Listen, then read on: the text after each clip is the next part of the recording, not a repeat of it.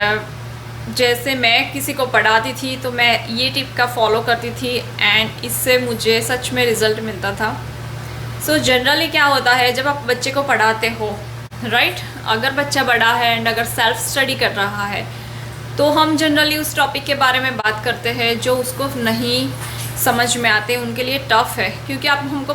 पर मेरा ऐसा मानना है कि जब आप बच्चे को स्टडी करवाते हो, राइट, तो आप पहला क्वेश्चन वो ही उसके सामने रखिए जो ऑलरेडी उसको आता हो या उसको उसमें इंटरेस्ट हो या ऑलरेडी उसको उसके लिए ये चीज़ इजी हो। इससे क्या होगा कि वो फॉर एग्ज़ाम्पल कोई मैथ का कोई क्वेश्चन है एंड उसने वो सॉल्यूशन वो ढूंढ लिया, राइट, उसका उसने सही आंसर दे दिया, तो आपको ये मौका मिल जाएगा बोलने का कि very nice, you are awesome, you know, अपने। तो इससे क्या होगा, उसको एक पॉजिटिव वाइब आएंगे एंड उसको और होगा ये तो इजी है।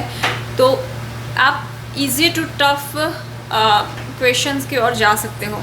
ये मेरा पर्सनल एक्सपीरियंस है, इसलिए बोला कि आप पहले वो चीज़ रखिए जो ऑलरेडी उसको आती हो। उसका रीज़न ये था कि हमारा जो गोल है वो है बच्चों को स्टडी में इंटरेस्ट बढ़ाना फ़िलहाल, राइट, एंड वो तभी बढ़ेगा जब ऑलरेडी उसको जो चीज़ आती है वो चीज़ आपके सामने वो सॉल्व करेगा एंड आप उसको जब बोलोगे तो उसका धीरे धीरे इंटरेस्ट डेवलप होगा। अगर बच्चे जो है वो सेल्फ स्टडी करते हैं तो आप उसको ऐसा गाइड करिए कि जैसे कल कोई चैप्टर आपको टीचर करवाने वाली हो, जैसे कि चैप्टर 5 कल करवाने वाली है, तो उसका सेल्फ स्टडी आप आज ही कीजिए। इससे क्या होगा, वो खुद से ट्राई करेगा एंड 50% ऑलरेडी उसको आ गया होगा एंड ऑलरेडी उसको पता है, तो क्लास में क्या होगा, उसका इंटरेस्ट बना रहेगा क्योंकि ऑलरेडी उसको 50% पता है।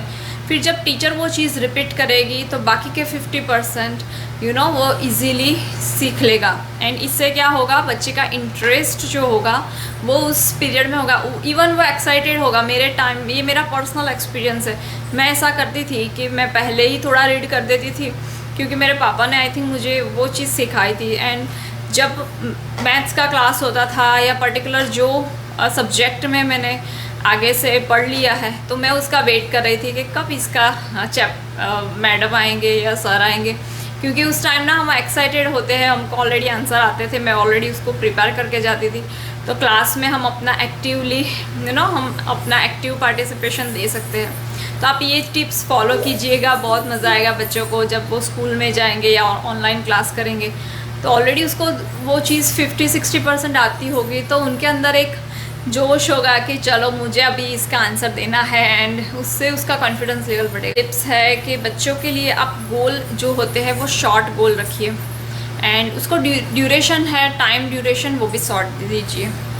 कि जब भी आप बच्चे को एग्ज़ाम के लिए प्रिपेयर कर रहे हो ना, तो जैसे 1 मंथ पहले हमारा मम्मी जनरली बोलते हैं कि 1 महीने बाद तेरा एग्ज़ाम है, तो क्या होता है, इससे एंजाइटी होती है प्लस बिल्कुल प्रिपरेशन नहीं हो पाती। इससे अच्छा है कि आप शॉर्ट गोल रखिए, जैसे कि बच्चे को बोलिए कि आज के दिन तुझे ये हाफ चैप्टर करना है, या मैं तो इससे भी कम बोलूँगी, आप टाइम दे सकते हो कि चलो 15 मिनट की बात करनी है या 20 मिनट्स की बात करनी है, कि चलो ये 20 मिनट में आपको इतने क्वेश्चंस, जो 2 क्वेश्चन है 3 क्वेश्चन है वो करने हैं। ये डिपेंड ऑन एज है, अगर बच्चा बड़ा है तो आप ज़्यादा टाइम रख सकते हो, मैं जनरल बता रही हूँ, राइट। सो आप अगर उसको शॉर्ट गोल या शॉर्ट ड्यूरेशन देते हो ना, तो इससे उसको एंजाइटी नहीं होती कि मुझे इतना कुछ कवर करना है, राइट। एंड धीरे धीरे शॉर्ट गोल से वो जब एग्ज़ाम नज़दीक आती है तब काफ़ी कुछ उसका कवर हो जाता है।